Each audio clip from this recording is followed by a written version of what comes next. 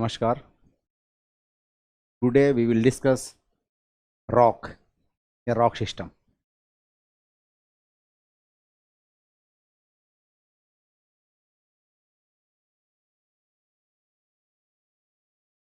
चट्टानें, रॉक्स यानी चट्टानें. What is the rock?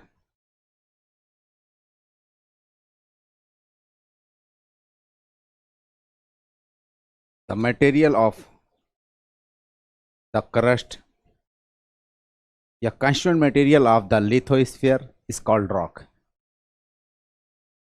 The constituent material of which crust is formed is called rock. In other words, we can say the naturally occurring solid consolidated minerals is called the rock. The solid consolidated naturally occurring minerals is called the rock. यानी कि प्रकृति में पाई जाने वाली mineral से बनी हुई वो ठोस पदार्थ जो आपस में समेकित हो उसी को हम रॉक कहते हैं. रॉक क्या है? तो naturally occurring consolidated minerals, that is rock. Crust is also formed of the rock, as well I said lithosphere is also formed of the rock. So both are not the same. Crust, the upper layer up to 32 kilometer, somewhere it is also mentioned up to 60 kilometer, known as the crust. But we have to know about only 32 kilometers. Another one is a lithosphere that extend up to the depth of 100 kilometer. What is the litho? Litho means rock. Petroleum, petra means rock. So the mineral oil that found in the rock, that is known as the petroleum oil. So rock, lithosphere is also, litho means rock. अब क्या है कि rock जो है ये बना कैसे है, इसके बारे में अगर हम बातें करते हैं तो एक चीज हमारा है एलिमेंट. जब कभी कभार क्या होता है कि सिंगल एलिमेंट, एक एलिमेंट अपने ही दूसरे एलिमेंट से मिल सकता है. कभी कभार एक एलिमेंट दूसरे तरह के एलिमेंट से मिल जाए. ये सिमिलर एलिमेंट दोनों हैं. कभी ऐसा कंडीशन हो सकता है कि एक एलिमेंट दूसरी तरीके से एलिमेंट से मिल जाए, तो उसको हम क्या कहते हैं? जब दो एलिमेंट आपस में मिलते हैं तो हम केमिस्ट्री के टर्म में इसको मॉलिक्यूल्स कहते हैं. बट यहाँ पे हमें इससे मतलब क्या होता है? एलिमेंट से मतलब minerals. Two elements formed a mineral. When दो मिनरल्स मिलते हैं, जब दो मिनरल मिलेंगे, दो एलिमेंट मिलेंगे, तो इसी को हम मिनरल कहेंगे. इसको क्या कहेंगे? हम मिनरल कहेंगे. मिनरल जो है इसका मतलब यह हुआ कि कभी कभार मिनरल,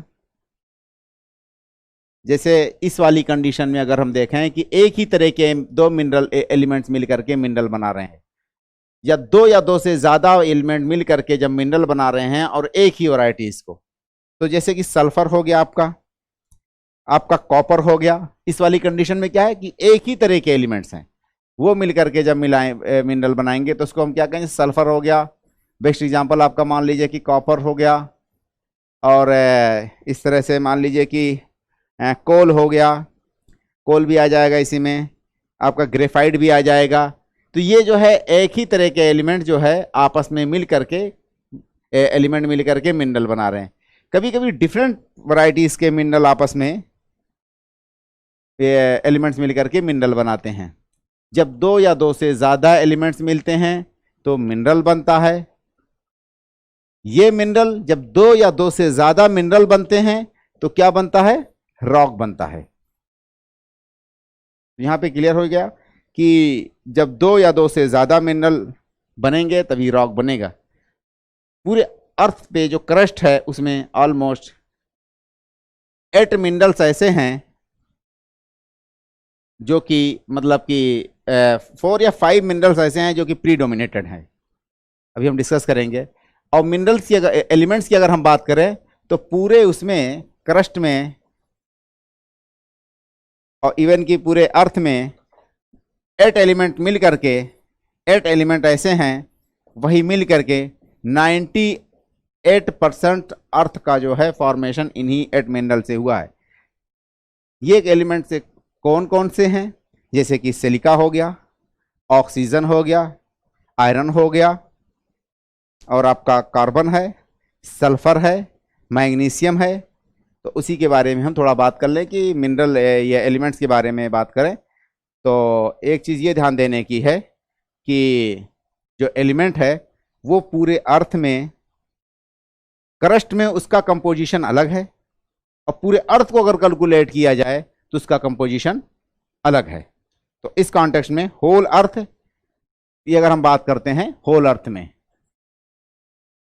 होल अर्थ कंप्लीट अर्थ यानी कि सारे क्रस्ट और मेंटल और कोर सारे को मिला करके उसमें जो मेजर एलिमेंट्स जो पाए जाएंगे उसके बारे में अगर हम बातें करें तो इसमें होल अर्थ में सबसे ज़्यादा प्रीडोमिनेटेड मिनरल हमारा आयरन है।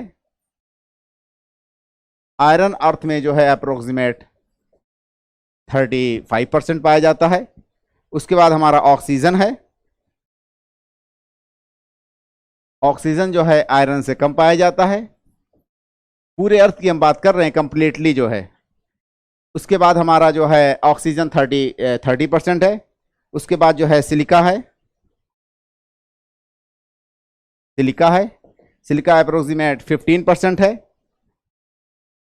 सिलिका जो है हमारा 15% है यानी कि 15% है, यानी कि पूरे अर्थ में जो है सिलिका इतना मात्रा में पाया जाता है। उसके बाद मैग्नीशियम है, मैग्नीशियम हमारा जो है 13% है। मैग्नीशियम हमारा जो है 13% है। उसके अलावा जो है निकल है, देन सल्फर है, निकल देन सल्फर,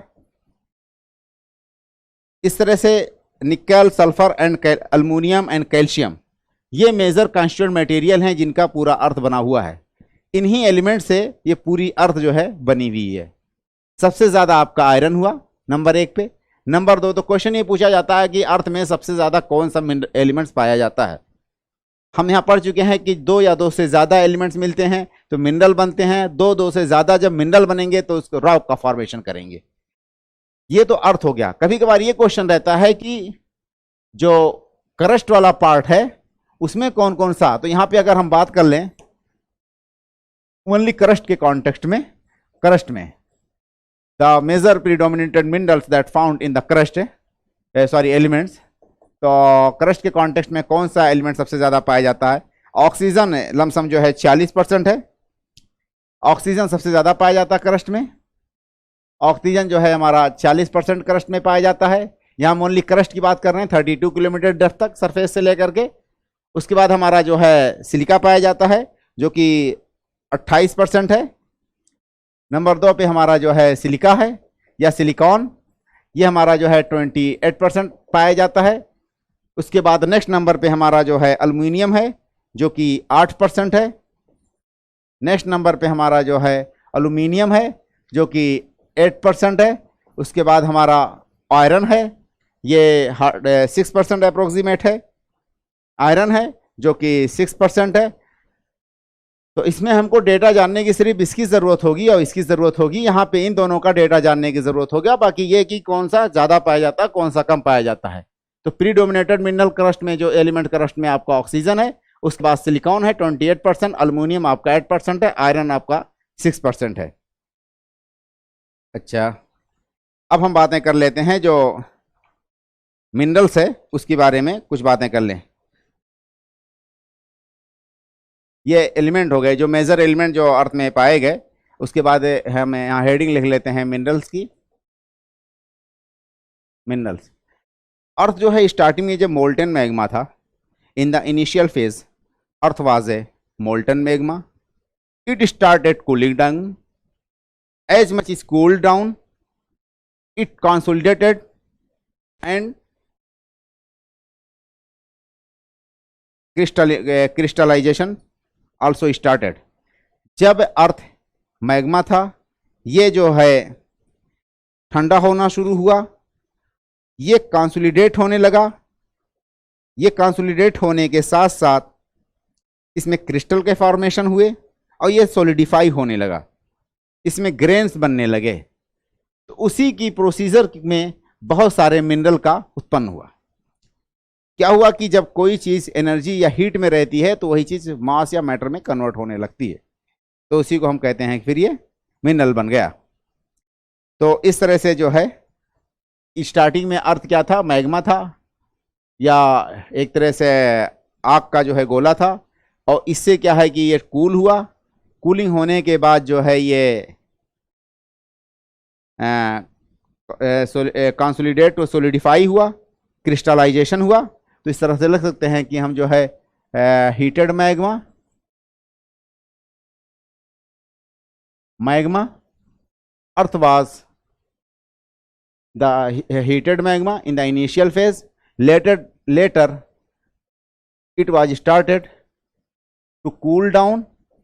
तो उसका मतलब कि इसमें कूलिंग का इफेक्ट स्टार्ट हुआ, यानी ठंडा होने लगी अर्थ।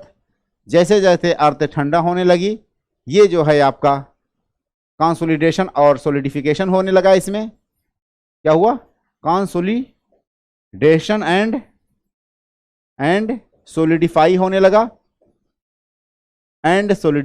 लगा। उसके बाद जैसे जैसे ये जो है कंसोलिडेट होगी, सॉलिडिफाई होगी, इसका मतलब कि हम कह सकते हैं कि क्रिस्टलाइजेशन एंड ग्रेन फॉर्मेशन। जिस तरह से अर्थ में जो है क्रिस्टल और ग्रेन का बनना शुरू हो गया, यही क्रिस्टल और ग्रेन जो है, यही हम कह सकते हैं कि बाद में जो है मिनरल बन गए, यही मिनरल जो है रॉक बन जाते हैं। इस तरह से यही मिनरल बन गए या यही रॉक बन गए, मिनरल एंड रॉक का फॉर्मेशन हो गया। तो इस तरह से रॉक कैसे बना, पहली बार हमारा इस तरह से रॉक का फॉर्मेशन हो गया। अब हम कुछ मिनरल ऐसे हैं जो कि बहुत ज़्यादा अर्थ में डोमिनेटेड हैं और उनके बारे में जान लें। पहली चीज़ तो यह है कि ये जो मिनरल हैं सारे, कुछ मिनरल बहुत ही सॉफ्ट हैं, कुछ हार्ड हैं, और रॉक में सारे मिनरल पाए जाते हैं। तो ये जो हार्डनेस और सॉफ्टनेस है उसको नापने का एक स्केल है, उसका नाम है मोहवी के स्केल ऑफ हार्डनेस। जो मोहो स्केल ऑफ हार्डनेस के आधार पे हम कहते हैं कि टाल्क का मतलब कि टाल्क जो है सबसे ज़्यादा सॉफ्ट मिनरल है, और इसी के आधार पे हम मोहो स्केल ऑफ हार्डनेस के आधार पे हम कहते हैं कि सबसे ज़्यादा हार्डेस्ट मिनरल जो है हमारा क्या है, ये है डायमंड। ये है हमारा डायमंड।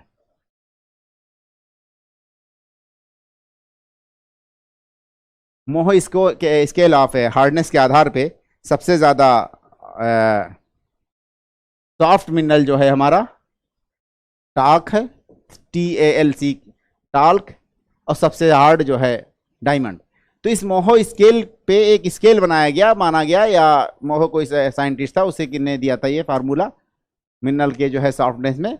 तो सबसे ज़्यादा सॉफ्ट है उसको 1 रखा है, टाल्क को उसने 1 यूनिट पे रखा, 10 यूनिट्स पे उसने डायमंड को रखा, और डायमंड्स को ये कहा कि सबसे ज़्यादा जो है ये हार्ड है, सबसे ज़्यादा हार्ड है, सबसे ज़्यादा मजबूत कह लीजिए, सबसे ज़्यादा इसको सॉफ्ट बोला, तो सॉफ्टेस्ट ये हो गया, ठीक है। लेकिन बाद में ये कहा गया कि जो 1 से भी कम हो सॉफ्ट उसको क्या कहा जाएगा, तो उसमें 2 चीज़ें हैं, एक तो सीजियम और रूबिडियम जो कि 0.2 से 0.3 हैं। इसमें क्या है, सीजियम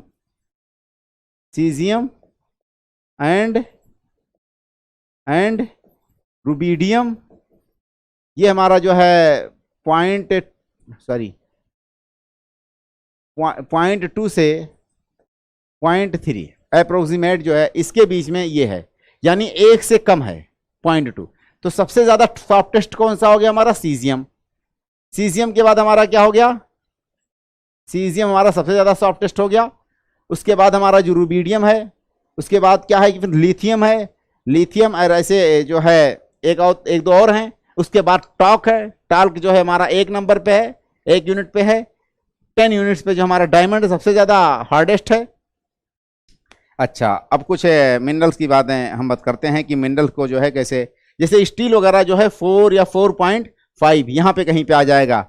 जो डेली में यूज होता है हमारा स्टील वगैरह, उसकी अगर हम हार्डनेस की बात करते हैं, मोहो स्केल ऑफ हार्डनेस पे, तो वो हमारा आ जाएगा 4 से लेकर के 4.5 तक, इसी यूनिट के बीच में स्टील आएगा।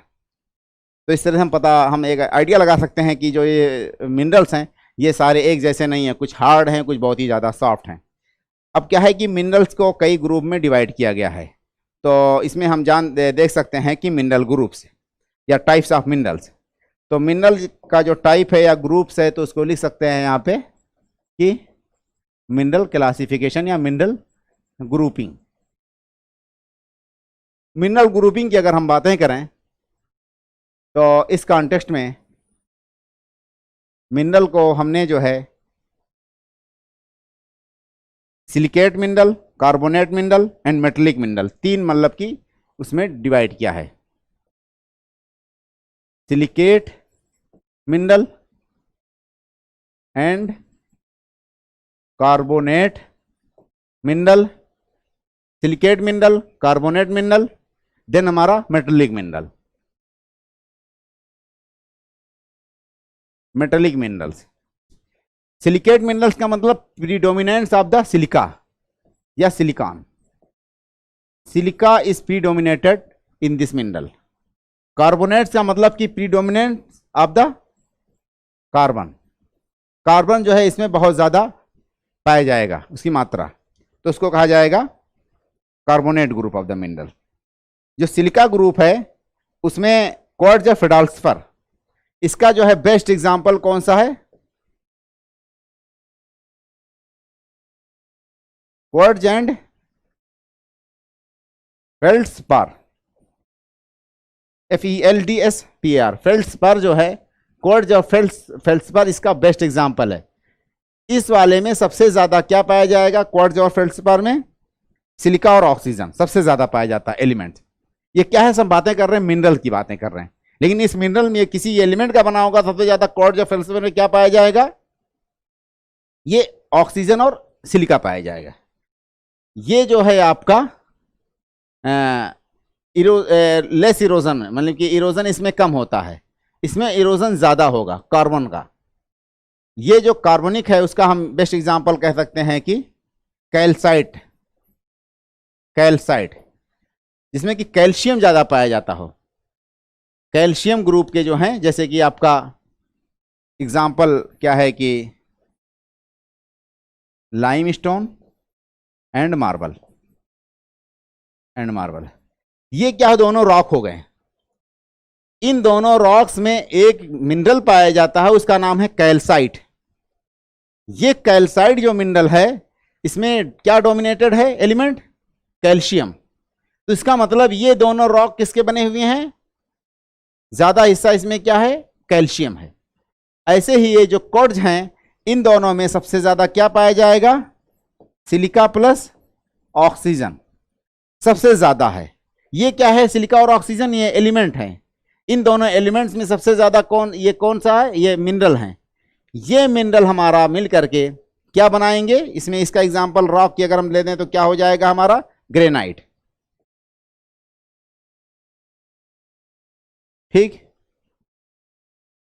नेक्स्ट हमारा जो है मेटेलिक मिनरल है। मेटेलिक मिनरल में अगर हम देखते हैं तो एक तो एज इट जैसे कि मेटल ही रहेगा, दूसरा नॉन मेटल। मेटेलिक को हमने फिर जो है एक तो इसका है कि प्रीशियस मेटल हो सकता है। मेटेलिक मिनरल में हमारा प्रीशियस मेटल, बस वैसे इसका डिवीजन है प्रीशियस मेटल। दूसरा हम इसमें डिवाइड कर सकते हैं फेरस मेटल, इसमें हम इसका नेक्स्ट कर सकते हैं नॉन फेरस मेटल। ये जो प्रीशियस है, प्रीशियस का एग्जांपल कौन सा है? जैसे गोल्ड है। गोल्ड में ओनली एक ही एलिमेंट का बना होता है गोल्ड। इसमें 2 या 3 से ज़्यादा नहीं मिलते हैं, एक ही रहता है एलिमेंट्स, बस इसके हार्डनेस के लिए इसमें जो है कॉपर वॉपर या कुछ चीज़ें मिला देते हैं। तो ये जो है गोल्ड हो गया। उसके अलावा जैसे प्लेटिनम है, सिल्वर है, ये प्रीसियस में हो जाएगा। फेरस में हमारा जिसमें कि आयरन कंटेंट पाया जाता हो, आयरन बेस्ड हो गया, जैसे कि मैग्नीशियम हो गया, निकल हो गया। नॉन फेरस में हमारा जो है टीन हो गया, कॉपर हो गया, और जो है लीड हो गया, जिंक हो गया, एल्युमिनियम हो गया। तो ये सारे नॉन फेरस में आ जाएंगे, जैसे टीन, जिंक, एल्युमिनियम, कॉपर, ये सब नॉन फेरस में आ जाएंगे। नॉन मेटल में जो हमारा जैसे कि सल्फर, फास्फेट, नाइट्रेट, ये सब नॉन मेटल में आएंगे। जैसे जो सीमेंट वेमेंट बनता है तो वो सारी चीज़ें आइटम, जैसे सल्फर, फर्टिलाइज़र वाला sulphur, then phosphate and nitrate वगैरह, तो ये सारी चीज़ें हमारी जो है नॉन मेटल में आ जाएंगी। अब हम यहाँ पे 2 या 3 मेटल के बारे में बातें कर लेते हैं जो बहुत ही इंपॉर्टेंट है, बाकी तो केमिस्ट्री के पॉइंट ऑफ व्यू से कभी पढ़ा जाएगा। एक तो देख लेते हैं ये कैल्साइट के बारे में, एक क्वार्ट्ज के बारे में, एक फेल्डस्पेर के बारे में। तो नंबर 1 पे हम रखते हैं यहाँ पे फेल्डस्पेर।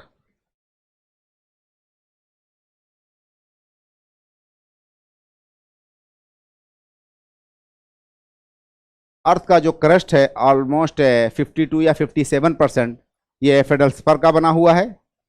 तो फेल्डस्पेर जो है आपका half of the earth crust is formed of the feldspar.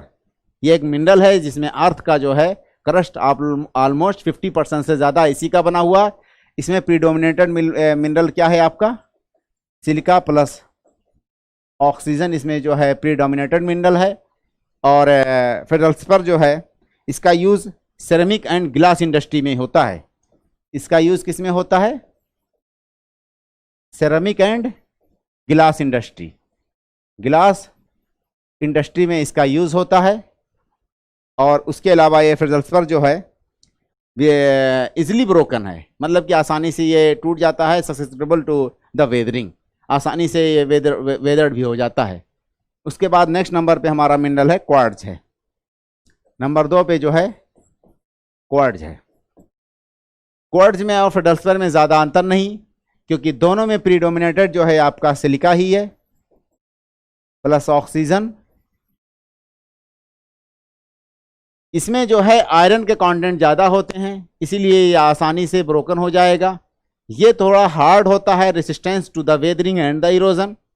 ये आसानी से जो है क्वार्ट्ज वेदर्ड नहीं होता, ये आसानी से वेदर्ड या इरोजन हो जाएगा। तो ये जो है क्योंकि इसमें आयरन की क्वांटिटी कम होती है, इसमें आयरन जो है ज़्यादा होगा। नेक्स्ट पॉइंट क्या है कि इनसॉल्युबल इन वाटर, ये वाला जो है वाटर में आसानी से घुल नहीं सकता। क्वार्ट्ज जो है,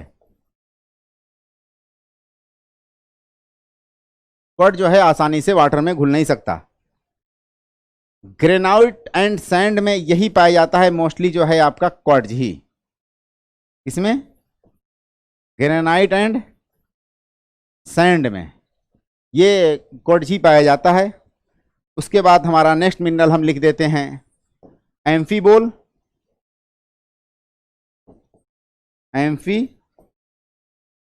एम्फीबोल।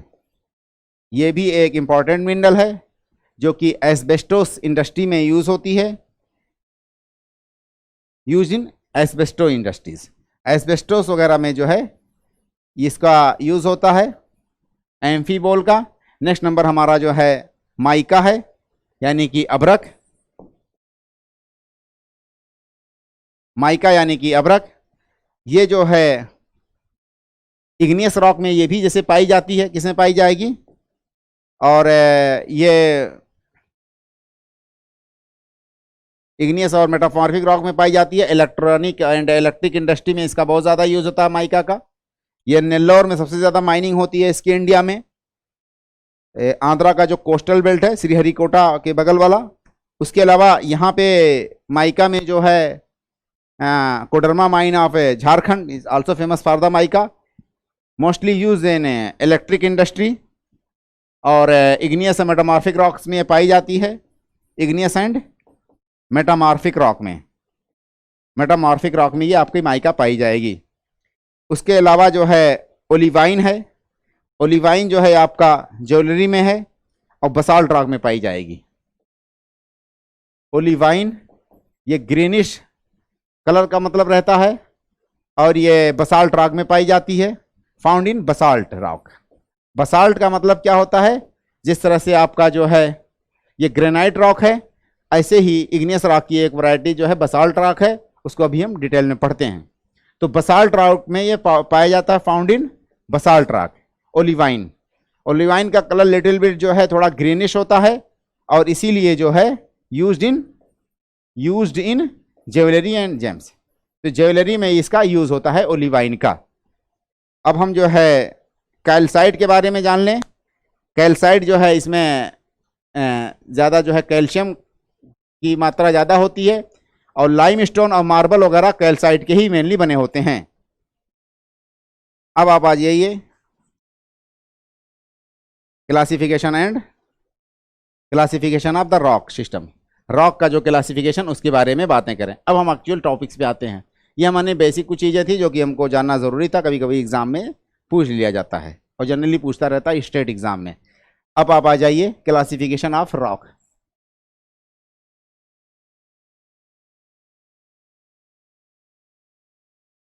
एक और है डायमंड। डायमंड ये भी रॉक्स में पाया जाता है। जिस रॉक में पाया जाता है उसका नाम होता है किम्बरलाइट।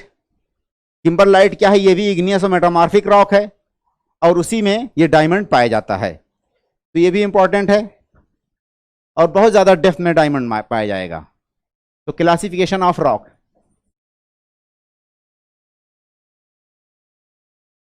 रॉक का classification based on mode of formation, mode of formation, यानी कि रॉक्स का बनना जो है उसका जो मतलब कि रचना है, बनावट है, उसके आधार पे रॉक्स को कितने भागों में विभाजित या डिवाइड किया जा सकता है। तो उसके आधार पे हमने रॉक्स को तीन हिस्सों में डिवाइड किया। नंबर 1 पे इग्नियस रॉक, नंबर 2 पे जो है आपका sedimentary rock,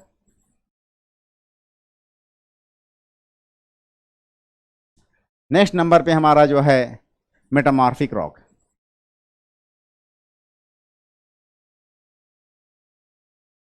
igneous rock, sedimentary rocks, metamorphic rock. अग्नीय चट्टानें, अवसादी चट्टानें, रूपांतरी चट्टानें। अब इनके बारे में हम डिटेल में पढ़ते हैं। नंबर 1 पे जो है हमारा igneous rock. What is the igneous? Ignis that Ignis means fire. Ignis Latin word है, इसका मीन्स होता है फायर। यहाँ इसका इग्निस यानी फायर से कुछ लेना देना है थोड़ा बहुत, नहीं बहुत ज़्यादा इसका लेना देना नहीं है। तो इग्नियस रॉक के बारे में फर्स्ट नंबर पे हम पढ़ लेते हैं। तो नंबर 1 पे हमारा जो है इग्नियस रॉक।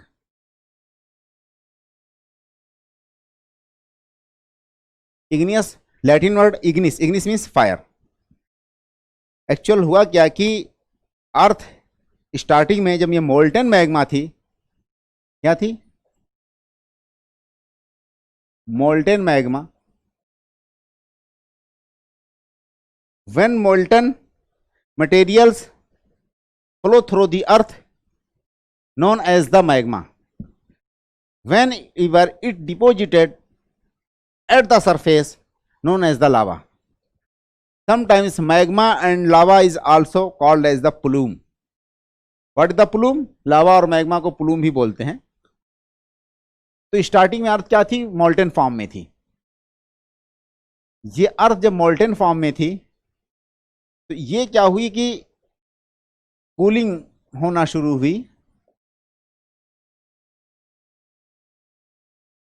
जब ये कूल होने लगी तो ये जो है सोलिडिफाई हुई होगी, सोलिडिफाई होगी एंड कंसोलिडेट होगी एंड जब ये कॉन्सोलिडेट होगी तो इसमें formation of crystals and grains, तो इसमें जो है क्रिस्टल और ग्रेन्स का फॉर्मेशन होगा।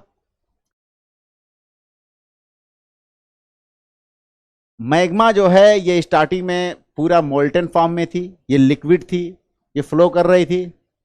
ये जो है टेम्परेचर डाउन होना शुरू हो गया, कूल होने लगा, तो ये सॉलिडिफाई होने लगी, ये जो है आपका समेकित होने लगी।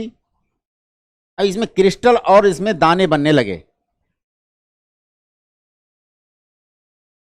जितने भी रॉक्स हैं सारी की सारी रॉक्स इसी इग्नियस से बनी हैं, क्योंकि अर्थ स्टार्टिंग में कहीं ना कहीं मोल्टन मैग्मा थी और उसका ये पूरा का पूरा जो है प्रक्रिया हमारा जो है इस तरह से फॉर्मेशन ऑफ इग्नियस रॉक हुआ।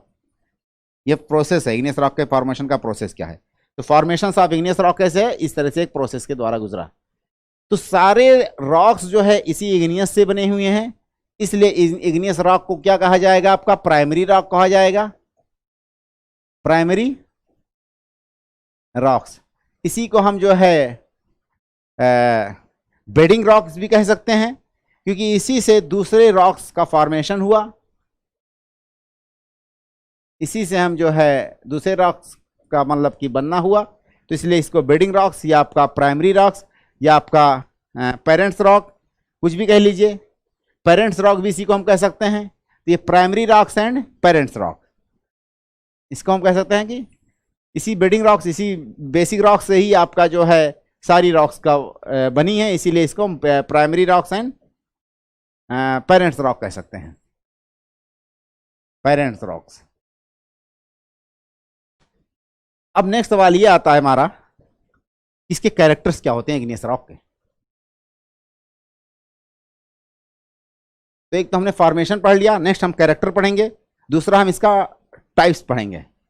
ऐसे सेडिमेंट्री में भी फॉर्मेशन, देन इसके कैरेक्टर्स, देन इसके टाइप्स, ऐसे मेटामॉर्फिक्स में। तो अगर लेक्चर लंबा हो गया हमारा तो फिर हम इसको 2 पार्ट में डिवाइड कर लेंगे, कुछ आज हो जाएगी, कुछ कल हो जाएंगी। अब हम देखते हैं इसमें कैरेक्टर्स के बारे में। कैरेक्टर्स की अगर हम बातें करते हैं इसमें इग्नियस रॉक की, what are the characters of the igneous rock?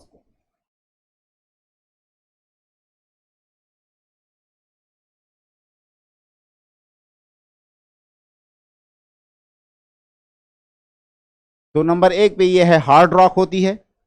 ये क्या होती है? हार्ड रॉक होती है। Water can not percolate, water can not penetrate inside the rock, it may pass through the crevices, ruptures as well as the fractures या gap. जो भी gap होगा उससे वाटर थोड़ा बहुत हो सकता है कि चला जाए, लेकिन मेन रॉक से ये वाटर एक्चुअल में गुजर नहीं सकती है। तो ये क्या होती है? इसी कैरेक्टर में नंबर 1 पे क्या है? ये हार्ड होती है, can not be easily broken, ये आसानी से टूट नहीं सकती, तो ये हार्ड रॉक होती है, सख्त रॉक होती है, सख्त चट्टानें होती हैं। नंबर 2 पे ये जो है ग्रेनुलर और क्रिस्टलाइन होता है इसमें। नेक्स्ट इसकी क्वालिटी होती है ये granular as well as crystalline.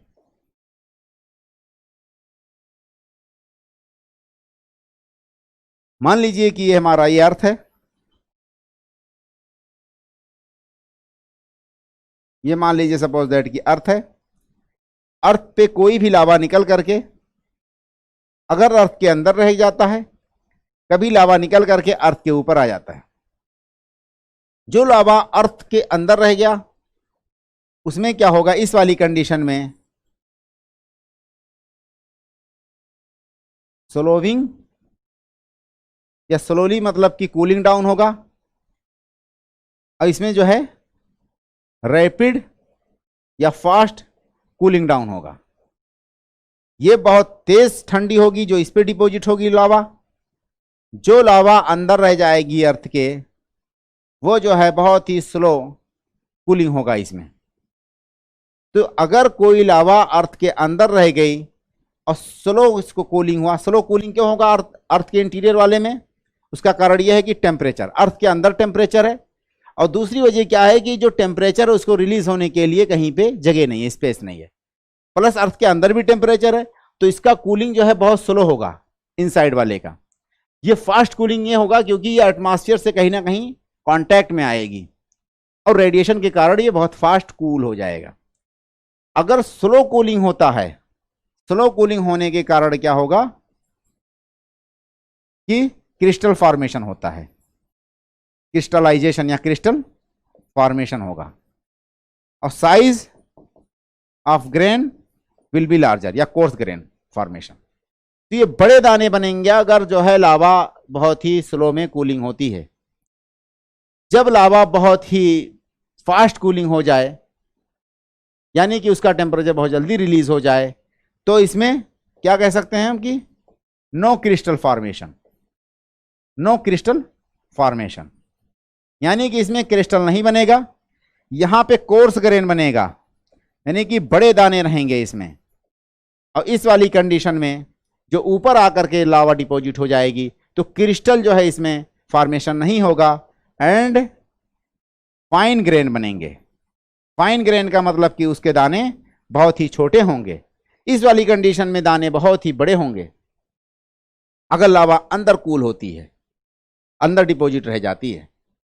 तो यहां पे देखने की बात यह है कि जो इग्नियस रॉक है जनरली ये ग्रेनुलर एंड क्रिस्टलाइन होती है, यानी कि कोई भी लावा कभी ना कभी अंदर रही होगी तो वो किसी ना किसी आकार में, ज्यादातर कंडीशन है कि इसी में से कोई ना कोई कंडीशन, या तो उसमें जो है क्रिस्टल होगा या उसमें जो है ग्रेन होंगे। ग्रेन जो है कभी कभार उसमें क्रिस्टल नहीं भी हो सकते इग्नियस रॉक में अगर उसका लावा ऊपर आकर के डिपॉजिट हुआ, लेकिन ये कैरेक्टर रहेगा क्रिस्टल वाला कि क्रिस्टल अगर ऊपर जमा हुआ तो क्रिस्टल बहुत बारीक होंगे, ना के बराबर। क्रिस्टल का मतलब प्रिज्मिक जो होती है, जो ऐसे इधर से उधर हम देख सकते हैं, जैसे चीनी है मान लीजिए या मिश्री हुआ, इस तरीके को हम क्रिस्टल कहते हैं जो ट्रांसपेरेंट होती है। तो ये क्रिस्टल जो है आपका यहाँ ये इस वाली कंडीशन में बहुत बारीक होगा, इसमें प्रॉपर क्रिस्टल होगा, बड़े साइज का क्रिस्टल होगा। इस वाली कंडीशन में बहुत ही जब लावा ऊपर डिपॉजिट होगी तो ग्रेन बहुत छोटे छोटे बहुत बारीक ग्रेन हैं, ये वाले जो है ग्रेन इसके बहुत बड़े बड़े ग्रेन होते हैं। तो इसी तरह से इसमें ग्रेनुलर मतलब कि ग्रेन इसमें रहेंगे ही रहेंगे, छोटे हो सकते हैं बड़े हो सकते हैं, इसमें क्रिस्टल का होना पाया जाना जरूरी है। ये बेसिक कैरेक्टर है आपका इग्नियस रॉक का। No strata, do not have strata. Next quality इसकी है कि do not have strata and layers. अब सवाल यह है कि जो इग्नियस रॉक है उसमें स्ट्रेटा क्यों नहीं पाया जाता, उसमें लेयरिंग सिस्टम क्यों नहीं होती है, जबकि एक ट्रूथ है, मान के चलिए कि ये या सरफेस है, इस पे अगर जो है वॉल्केनिक एरप्शन हुआ तो वॉल्केनिक एरप्शन अगर ऐसे जमा होता रहेगा तो जरूरी नहीं कि वॉल्केनिक एरप्शन एक बार हुआ, कुछ सालों के बाद फिर वॉल्केनिक एरप्शन हुआ, कुछ सालों के बाद फिर वॉल्केनिक एरप्शन हुआ, तो with the passage of time variants of the composition, chemical compositions of the rock deposited over the surface and they formed a layer, different layers of the rocks, but we are saying here you do not have the strata, यानी कि ये strata नहीं रखती। लेकिन यहाँ पे हमने क्या देखा कि ये वॉल्केनिक इरप्शन होने में लावा का लेयर बाय लेयर जमता चला जा रहा है, तो इसका मतलब कि ये गलत है या तो ये गलत है, तो दोनों सही है। एक्चुअल कहना यहाँ पे ये है कि ये जो लावा का जो अंदर से इरप्शन हुआ तो ये लावा का लेयर बन रहा है, लेयर ऑफ लावा, लावा का तो लेयर बन रहा है, प्लस ये लावा एक लेयर दूसरे लेयर से आपस में बहुत ही कंपैक्ट हो जाती है क्योंकि मोल्टन फॉर्म में होती है। जब कोई चीज मोल्टन फॉर्म में होगी तो आपस में कंपैक्ट हो जाएगी। दूसरे नंबर पे लावा जब यहां से निकलेगी तो इसमें जो कैरेक्टर्स हैं, जो मिनरल कंपोजिशन है, ऑलरेडी जो निकली हुई उसका भी मिनरल कंपोजिशन सेम है, तो सर्टेन टाइम के गुजरने के बाद दोनों मिक्स हो जाएंगे आसानी से क्योंकि सेम मिनरल है, तो इसलिए कोई भी लेयर का इसमें पाया जाना पॉसिबल फिर नहीं होगा। तो इस तरह से do not have the strata and layers, इसमें कोई लेयर या स्ट्रेटा नहीं होगा। Less affected due to the weathering, less affected due to weathering, due to the weathering। Weathering, less affected due to the weathering, यानी कि आसानी से इसमें इरोजन या वेदरिंग नहीं होगा। वेदरिंग का मतलब कि जो है ये मतलब कि डीकंसोलिडेशन, क्या कहते हैं आपका, loosening of the rocks can not happen very easily, क्योंकि ये बहुत हार्ड रॉक होती है। नेक्स्ट पॉइंट इसका क्वालिटी हो क्या होगा, can not found any fossils, इसमें फॉसिल्स वगैरह भी नहीं पाए जाएंगे। इग्नियस रॉक्स में जीवाश्म वगैरह इसमें इसलिए नहीं पाए जाएंगे कि जब ये रॉक इतनी ज्यादा मोल्टन फॉर्म में है, इतनी ज्यादा हीटेड है, तो अगर कोई भी लिविंग ऑर्गेनिज्म इसमें रहा होगा तो वो बर्न होकर के उसका कैरेक्टर और क्वालिटी खत्म हो जाएगा। दूसरी वजह ये हो सकती है कि जब अर्थ का इनिशियल फॉर्म जो है मोल्टन मैग्मा था, तो उस टाइम तो कोई लाइफ की उत्पत्ति नहीं रही होगी। जब उस टाइम कोई लाइफ नहीं रही होगी तो इसमें फॉसिल फ्यूल का पाया जाना भी इम्पॉसिबल है।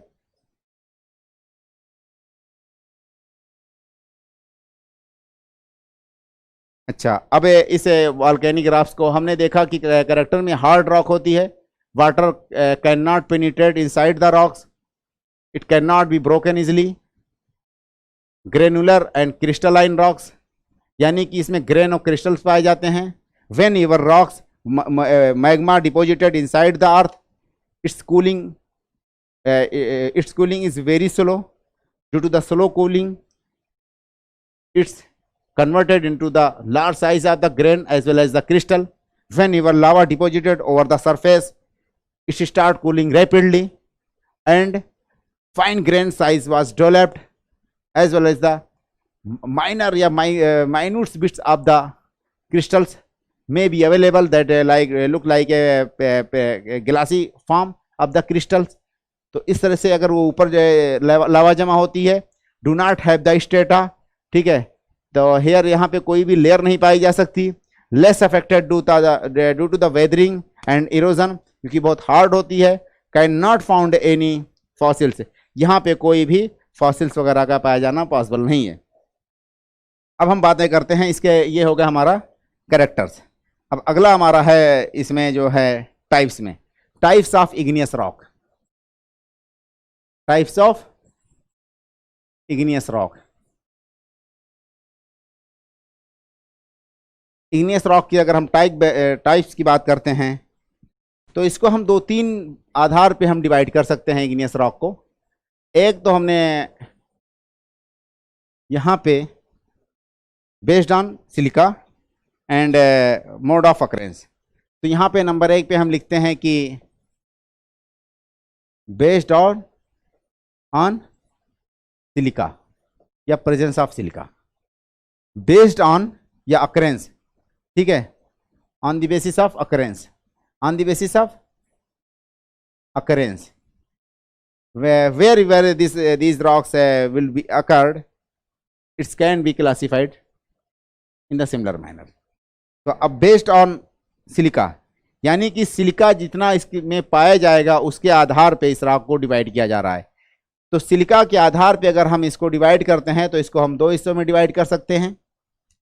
नंबर 1 पे हमारा जो हो जाएगा एसिडिक लावा या एसिडिक लावा वाली रॉक, इग्नियस रॉक, एसिडिक।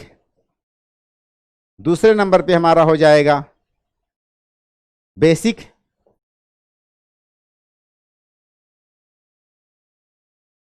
अब सवाल यह क्या सिलिका से एसिड और बेसिक हो जा रहा है?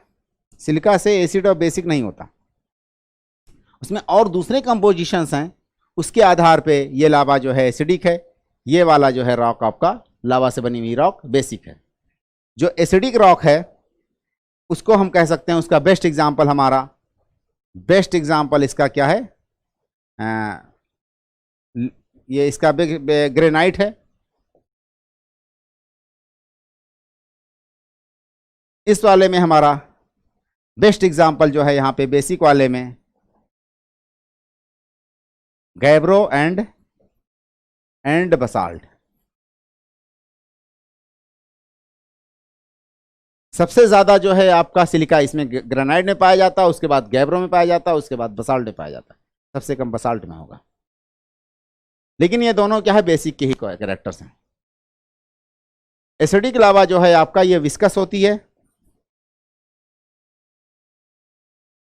कैन नॉट स्प्रेड एक्सटेंटिवली, मतलब कि बहुत दूर एरियाज पे ये फैल नहीं सकती। It spreaded over larger area because it is fluid, it is viscous, it is less viscous, less viscous means it is fluid. जब कोई चीज फ्लूइड होगी तो उसका टेम्परेचर हमेशा ज्यादा होगा इसके मुकाबले में, क्योंकि इसमें लेटेंट हीट होगी। तो इसका मतलब कि बेसिक रॉक या बेसिक लावा जो निकलेगा उसका टेम्परेचर ज्यादा होता है हमेशा इग्नियस रॉक से। इसका बेस्ट एग्जांपल आपका फेल्सिक है, फेल्सिक मिनरल। कौन सा? Felsic mineral. इसका बेस्ट एग्जांपल कौन सा मिनरल है? माफिक मिनरल। फेल्स, FEL, फेल का मतलब फेल्ड्सपर। फेल्ड्सपर जो मिनरल पर मैंने पढ़ा अभी, उसका मतलब तात्पर्य यहां पे ये है, फेल्ड्सपर, फेल्ड्सपर, फेल्ड्सपर। फेल्ड्सपर जो है इसमें प्रीडोमिनेटेड है, इसमें क्वार्ट्ज प्रीडोमिनेटेड है। तो इसमें इस वाले में क्या पाया जाता है? मेनली कौन कौन से मिनरल पाए जाएंगे? फेल्ड्सपर एंड क्वार्ट्ज। अगर इसमें फेल्ड्सपर और क्वार्ट्ज पाए जाएंगे तो इसका मतलब कि इसमें एलिमेंट कौन सा पाया जाएगा? इसमें एलिमेंट फिर उसी हिसाब से हमारा हो जाएगा ऑक्सीजन एंड सिलिका। तो प्रीडोमिनेंट इसमें क्या हो जाएगा? Oxygen and silica. इसमें हमारा जो है माफिक है, माफिक का मतलब क्या हो जाता है? दैट इज मैग्नीशियम,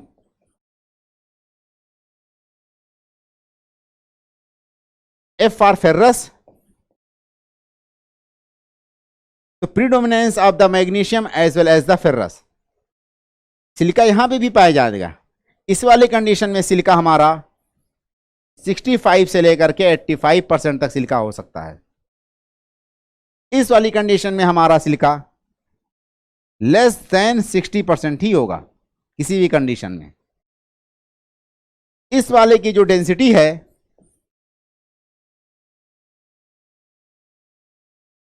ये जो आपका एसिडिक लावा है इसकी जो डेंसिटी है 2.7 2.8 ऐसे रहेगी। इसकी जो है हमारी 2.9 या अप्रोक्सीमेट रहेगी। तो इसका मतलब कि ये जो है लार्ज डेंसिटी यानी इसकी डेंसिटी ज़्यादा होती है, ये जो है इसकी डेंसिटी कम है। तो इसमें हम लिख सकते हैं कि लेस डेंस, और ये वाला जो है मतलब कि मोर डेंस, मोर डेंसिटी, यानी कि इसकी डेंसिटी यहां पे ज्यादा है बेसिक की, इसकी डेंसिटी कम है। जब डेंसिटी कम है इसकी तो इसका मतलब कि इसका जो है लेस वेट होगा, ठीक है। इसका क्या होगा? लेस वेट होगा। इसका वेट क्या होगा आपका? मोर वेटफुल, मोर वेटफुल। जब ये लेस वेट होगा, इसका मोर वेट होगा, यानी कि ज्यादा ये जो है मैसी हैवी होगी, ज्यादा वजनी होगी, ये वजनी कम होगा। प्लस इसमें सिलिका जो है ज्यादा पाया जाएगा। Silica means that is cementing agent. जब इसमें सीमेंटिंग एजेंट ज्यादा पाया जाएगा तो इसका मतलब क्या हो गया हमारा कि ये ज्यादा कंपैक्ट होगी, ज्यादा मजबूत होगी। ये एसिडिक यानी ग्रेनाइट वाली रॉक्स, इसमें सिलिका कम है, इसका मतलब कि ये कम जो है कंपैक्ट होगी। नेक्स्ट पॉइंट हमारा जो है कि ये वाला जो है बिल्डिंग में फिर हम यही यूज करते हैं। ये एसिडिक वाली जो है किसमें यूज होता है? बिल्डिंग वगैरह में, क्योंकि ये ज्यादा जो है मजबूत होती है, ज्यादा ठोस होती है, क्योंकि यहाँ पे जो है सिलिका ज्यादा पाया जाता है। सिलिका जो है एक तरह से सीमेंटिंग एजेंट है, बट इसका वेट कम है। तो वेट कम है और मजबूत ज्यादा, ज्यादा सॉलिड है, इसलिए इसको ग्रेनाइट्स को बिल्डिंग में हम यूज करते हैं। ग्रेनाइट की बेस्ट मिसाल ये जान लीजिए, जो ग्रे कलर की रॉक आती है किचन उचन में यूज की जाती है, that is the granite rocks. ये बसाल्ट रॉक का मिसाल ये समझ लीजिए कि जैसे जो थोड़ा सा इस तरह से डिफरेंट टाइप के कलर की रॉक होती है और ये है आपका क्या नाम है, तुगलक फोर्ट है, ये आपका इसी का बना हुआ है। दिल्ली में बहुत सारे ऐसे पार्कों को जो घेरा जाता है, तो जो आजमा स्टोन यूज होता है वो सब बसाल्ट स्टोन ही रहते हैं। तो बसाल्ट स्टोन क्या होता है, ये बहुत ज़्यादा आसानी से वेदर्ड हो जाती है। तो इसमें क्या हो सकता है कि ये वेदरिंग हो जाएगा इसमें आसानी से, ठीक है। तो वेदरिंग इसमें क्यों हो जाएगा, क्योंकि यहाँ पे जो है आयरन ज़्यादा पाया जा रहा है। आयरन का मतलब कि केमिकल वेदरिंग, ऑक्सीजन के या वाटर के जब कांटेक्ट में आएगा तो ये आसानी से ये विरोजन या विरोध होने लगी, वेदरिंग होने लगेगी। इस वाले रॉक्स में जो है आसानी से वेदरिंग नहीं होगा, क्योंकि ये सिलिका है, प्लस ये क्या है कि खुद एसिडिक है। जब कोई चीज़ एसिडिक होगी तो फिर वो आसानी से जो है इरोड नहीं हो सकती। ये इटसेल्फ बेसिक रॉक है, तो इसका मतलब कि आसानी से जो है ये वेदर्ड हो जाएगी। इसलिए बिल्डिंग बनाने में हम इसी रॉक को यूज करते हैं। नेक्स्ट हमारा जो है अगला है मोड ऑफ अकरेंस। ये जो है मोड ऑफ अकरेंस यानी कि रॉक कहाँ पे किस सोर्स पे पाई जाएगी उसके आधार पे हम इसको डिवाइड कर देते हैं। तो इसमें हम देख लेते हैं मोड ऑफ अकरेंस में।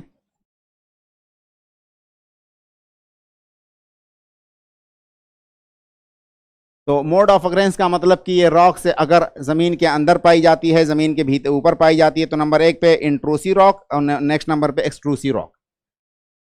मोड ऑफ अकरेंस पे का मतलब एक तो हो जाएगा हमारा इंट्रूसिव, नेक्स्ट नंबर पे हमारा एक्सट्रूसिव। इंट्रूसिव रॉक का मतलब होता है हमारा अंतर्भेदी चट्टान, और एक्सट्रूसिव का मतलब होता है बहिर्भेदीय चट्टान। जो इंट्रूसिव जो होता है वो फर्दर डिवाइड किया जा सकता है नंबर 1 पे प्लूटोनिक रॉक, नेक्स्ट नंबर पे ये जो हमारा हाइपाबाइसल,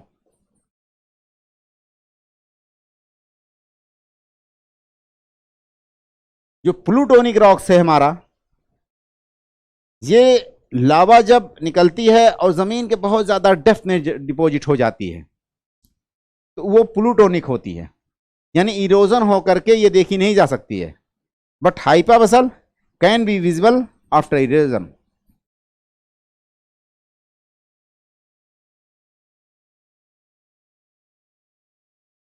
it remains inside the earth in the very depth. ये बहुत ज्यादा डेप्थ में जो है लावा रह जाती है और ये इरोजन होकर के हमारी आंखों तक देखी नहीं जा सकती। तो इसको माइनिंग करने के लिए हमको बहुत ज़्यादा डेप्थ में ड्रिलिंग करनी पड़ेगी। ये प्लूटोनिक की रॉक की बेस्ट मिसाल हमारा क्या है, ग्रेनाइट है, जैसे कि कोटा ग्रेनाइट। ये वाला जो है हाइपाबसल, एक्चुअल मान के चलिए कि ये जो है अर्थ है, अर्थ पे लावा निकलती है, कभी लावा यहीं तक डिपॉजिट हो गई, कभी लावा निकलती है तो अर्थ के यहाँ तक पहुँच जाती है। और ये जो है अगर एरिया जो है आपका इरोड हो जाए, ये वाला हिस्सा इरोड होकर के हट जाए यहाँ से, तो क्या है आंखों से ये दिखने लगेगी रॉक्स, तो इसको कहा जाएगा हाइपाबाइसल रॉक्स। ये जो ग्रेनाइट्स रॉक है उसके बारे में हमने बातें कर लिया सारा का सारा। ये हाइपाबाइसल रॉक जो है ये आपका सरफेस के पास तक आ करके डिपॉजिट होती है। तो इसको फिर फर्दर हिस्सों में डिवाइड किया जा सकता है, और उसमें जैसे कि वोल्केनिक एरप्शन है उसके बारे में हम डिटेल में यहाँ पे पढ़ेंगे, जैसे सिल है, डाइक है, लोपोलिथ, लैकोलिथ, बैथोलिथ, फैकोलिथ, ये सारा का सारा जो है हम वहाँ पे पढ़ेंगे, बहुत डिटेल में पढ़ेंगे। बस यहाँ पे इतना ही जान ली कि जो हाइपाबाइसल रॉक है वो जब लावा नीचे से इरप्ट होकर के पहुँचती है सरफेस के जस्ट बिलो ही और इरोड होकर के सरफेस आंखों से दिखने लगे, तो इस वाली कंडीशन को हमारा हाइपाबाइसल करते हैं। जब लावा निकल करके इरप्शन होती है, अब बहुत ज़्यादा डेप्थ में ही स्टोर रह जाए, बहुत ऊपर ना पहुँचने पाए, तो उसको प्लूटोनिक रॉक कहते हैं। जो एक्सट्रूसिव रॉक होती है उसको फिर हम जो है इस वाली कंडीशन में भी हम उसको डिवाइड कर सकते हैं रॉक्स को। रॉक निकल करके जब अर्थ सरफेस पे आती है, डिपॉजिट होती है, तो कभी कभार जो है वो एक्सप्लोसिव होता है, तो इसको हम कह सकते हैं explosive type and quiet type. Explosive as well as the quiet, यानी कि लावा बहुत ही शांतिपूर्वक निकल करके सरफेस पे आकर के जमा हो रही है। जो एक्सप्लोसिव टाइप होती है वो बहुत ही उसमें यानी कि साउंड क्रिएट होता है, तो उसमें अगर जो है लार्ज साइज का अगर फ्रेगमेंट होगा तो उसको बम कहा जाएगा। जब लार्ज साइज का जब कोई फ्रेगमेंट आकर के सरफेस पे जमा होता है तो उसको क्या कहते हैं, बम कहते हैं। जब वही यानी कि big fragment of the rocks. Next होता है हमारा लेपिल्ली। लेपिल्ली मतलब कि पी साइज। बम के बाद क्या होता है हमारा लेपिल्ली। लेपिल्ली मतलब कि पी साइज। लावा निकल करके बहुत सारे गैसेस सॉलिड मटेरियल सब निकल करके जमा होते हैं। अगर बड़े बड़े फ्रेगमेंट का लावा है तो लार्जर फ्रेगमेंट वाला होगा तो उसको बम कहेंगे। लेपिल्ली का मतलब पी साइज का अगर लावा होगा, हमारा स्मॉल साइज का लावा होगा तो उसको हम लेपिल्ली कहेंगे। नेक्स्ट हमारा जो है एक है टफ्स।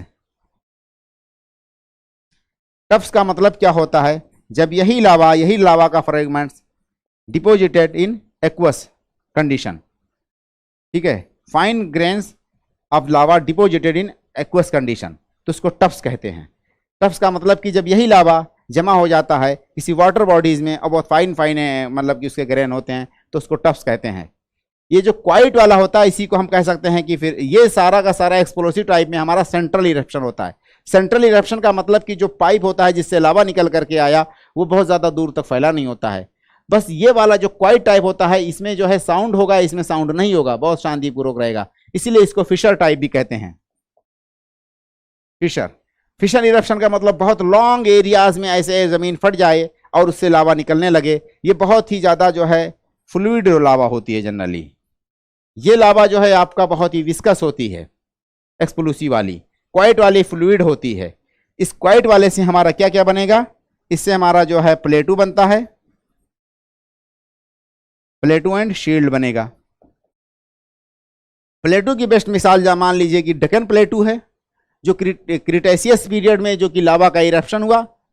जो आज का ये खंडाला घाट है, ये जो कोयना रिवर है, वहीं पे पूरी रॉक ऐसे रप्चर हो गई, फ्रैक्चर हो गई, फट गई और ये लावा का इरप्शन हुआ। कब की बात है ये, क्रिटेशियस पीरियड में। और ये जो है डेक्कन प्लेटू का फॉर्मेशन हुआ। Columbian plateau, snake plateau, US और कनाडा के जो बीच है उधर वेस्टर्न कोस्ट है पैसिफिक के साइड वाला। Parana plateau in Brazil and eastern African plateau, ये सब क्या है,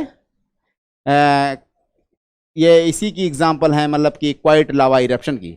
नेक्स्ट टॉपिक हमारा होगा सेडिमेंट्री रॉक्स की, उसको हम अगले वीडियो में करेंगे, टाइम के मतलब की कमी होने के कारण। ओके भाई, ऑल द बेस्ट।